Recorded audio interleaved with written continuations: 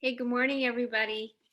I am thrilled to see you here. It's a beautiful day, a beautiful Friday, and um, I'm looking forward to the rest of the day. It should be a good time. So, why do you care? I'm Rita Hickman. I'm a body mind expert.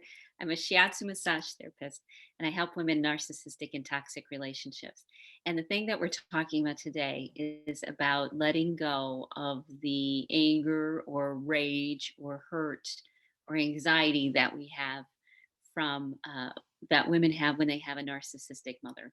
There's nothing quite so difficult in someone's life as when they're raised in a narcissistic environment, in an environment where their emotions, their needs, their feelings, their ideas are just not valuable. They're not important.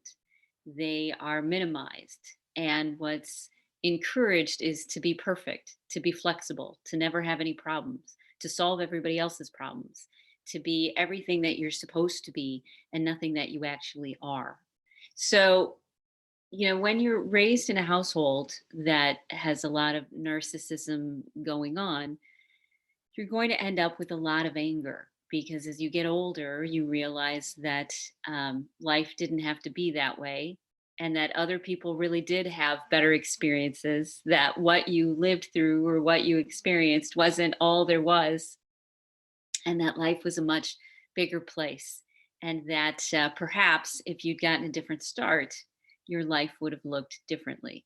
So it makes perfect sense that, when you've got a narcissistic parent, whether it's a mother or father, but it seems like having a mother who's a narcissist really ends up causing so much more damage. Possibly because fathers, it's acceptable that way. The majority of narcissists are men. And so it's kind of unexpected.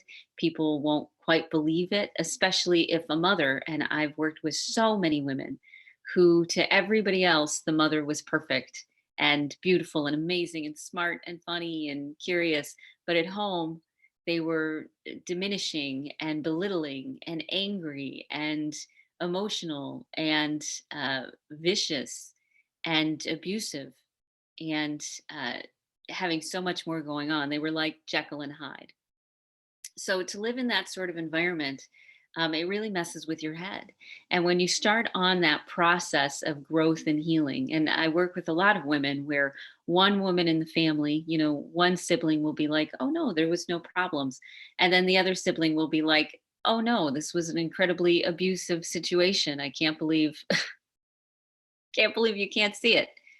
Well, the difference isn't necessarily just between the people. Sometimes that can be, one person can be much more sensitive and the other person is naturally more detached. Um, or perhaps it's that one person was the golden child, the one that everybody loved, the one that everybody petted and treated well. And you ended up being the one that didn't quite measure up to the golden son or the golden daughter or the golden whoever it may be. And that can cause a lot of rage and anger. When you start to do your healing work, that's the third way. One of that you really start to understand um, the differences.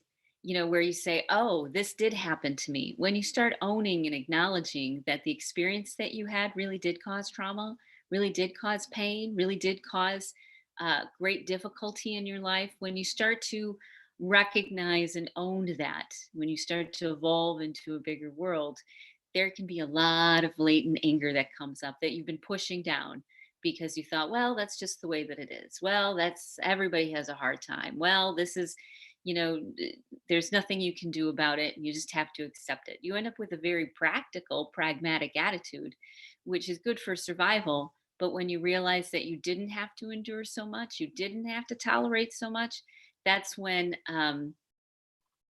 that's when the rage or the anger will really start to surface, when you finally see kind of where you land in the spectrum of it all.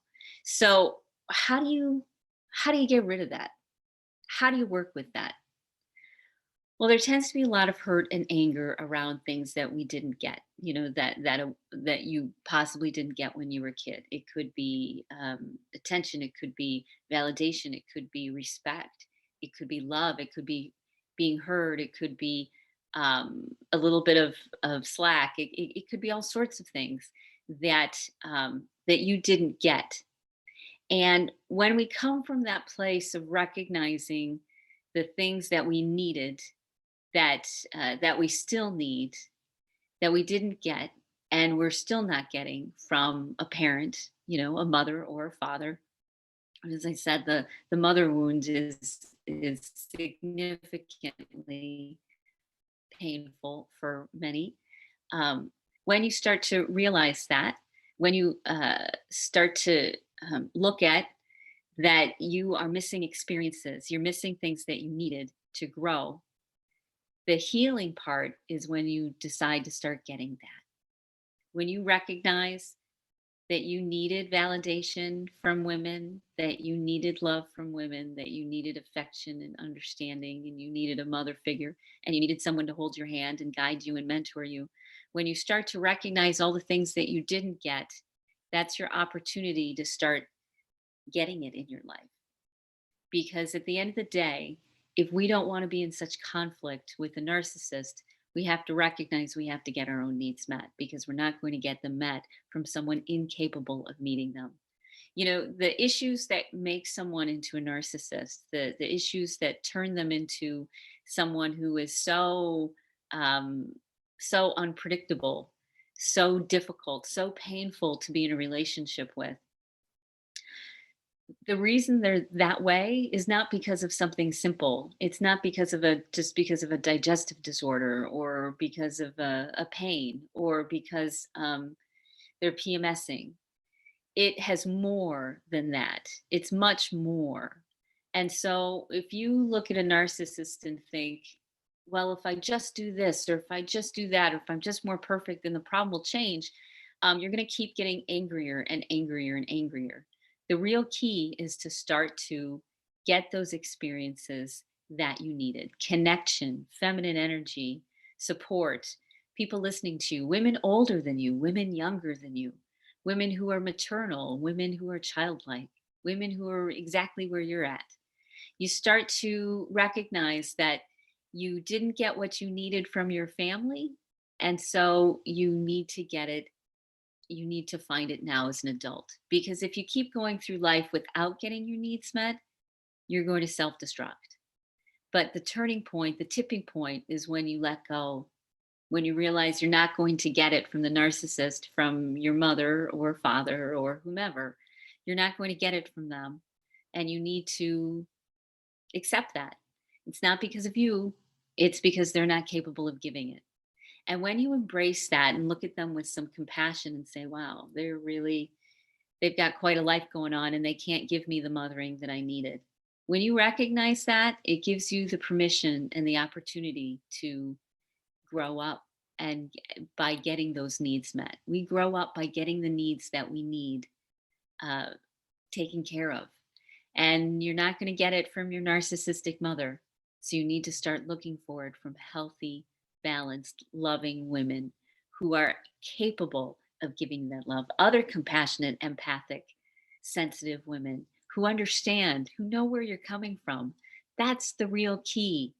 If you want to heal from that mother wound, which is so strong for so many women, you need to start getting your needs met.